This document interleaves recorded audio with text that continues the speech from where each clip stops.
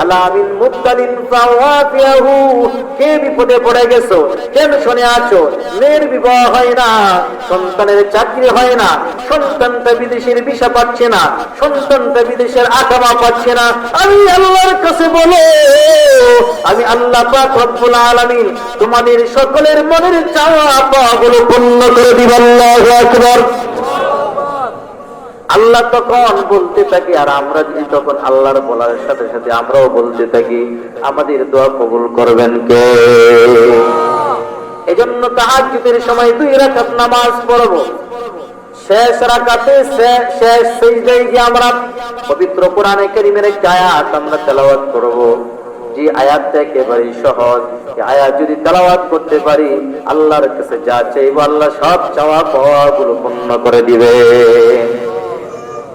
ربنا آتنا في الدنيا حسنة وفي الآخرة حسنة وقنا عذاب النار।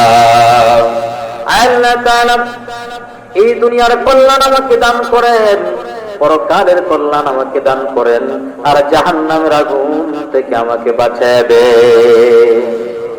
মুফাসসিরিনে কিরাম আয়াতের তাফসীরে বলেন, দুনিয়ার কল্যাণ দ্বারা বোঝানো হয়েছে দুনিয়াতে মানুষের জন্য বাসস্থানের প্রয়োজন, দুনিয়াতে মানুষের জন্য পোশাকের প্রয়োজন, দুনিয়াতে মানুষের জন্য চাকরি বাকরির প্রয়োজন, দুনিয়াতে মানুষ বেঁচে থাকার জন্য অর্থবৃত্তির প্রয়োজন, অর্থাৎ যা কিছুর প্রয়োজন দুনিয়াতে আল্লাহ পাক রব্বুল আলামিন সব চাওয়া পাওয়াগুলো পূর্ণ করে দেন।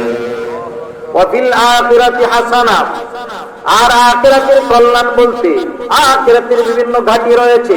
কবর একটা ঘাটি, আখিরাতে যখন আল্লাহ পাক রব্বুল আলামিন আমল নামা দিবেন ওই সময় একটা ঘাটি, পুলসিরাতের পুল যখন পার হতে হবে একটা ঘাটি, অর্থাৎ পরকালে কল্যাণ আমাকে দান করেন, আমাকে কবরের আযাব থেকে হেফাজত করেন, আমাকে পুলসিরাতের পুল পার করার ব্যবস্থা করে দিয়েন।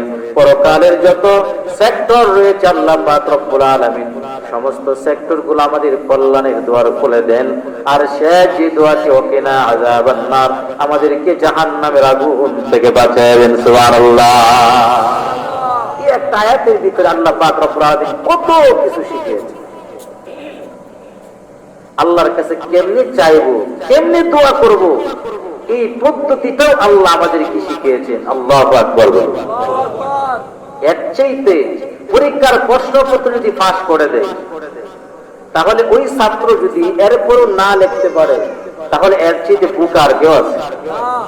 আল্লাহ পাকের কাছে কিভাবে চাইলে আল্লাহ দিবেন, সেই প্রশ্নপত্র গুমরটাও আল্লাহ পাস করে দিয়েছেন। সুবহানাল্লাহ। কোরআনে কারীমে 2 নম্বর সূরা, সর্ববৃহৎ সূরা, 2 নম্বর পারা, 2 নম্বর পৃষ্ঠারে শেষের দিকে আল্লাহ পাক রব্বুল আলামিন 2টা পদ্ধতিতে আল্লাহর কাছে সাহায্য চাইতে হবে আল্লাহ পাক নিজেই শিখিয়েছেন। ইয়া আইয়ুহাল্লাযীনা আমানু ইসতাঈনু বিস-সাবরি ওয়াস-সালাহ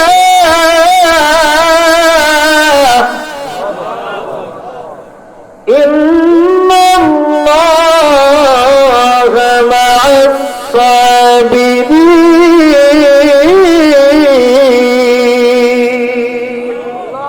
আল্লাহ পাক রব্বুল আলামিন বলেন, হে ঈমানদারেরা, ইসতাঈনু, তোমরা আমার কাছে সাহায্য প্রার্থনা করো, বিস-সাবরি ওয়াস-সালাহ, দুই পদ্ধতিতে। 1 নম্বর পদ্ধতির নাম হলো সালাত, 2 নম্বর পদ্ধতির নাম হলো ধৈর্য।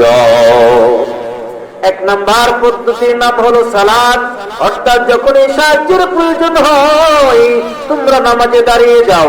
2 নম্বর ধৈর্যের সাথে আমার কাছে সাহায্য প্রার্থনা করো, কারণ যারা ধৈর্য ধারণ করবে, সবর এখতিয়ার করবে, আল্লাহ পাক রব্বুল আলামিন বলেন নিশ্চয়ই আল্লাহ পাক রব্বুল আলামিন ধৈর্যশীলদের সাথে আছেন। সুবহানাল্লাহ।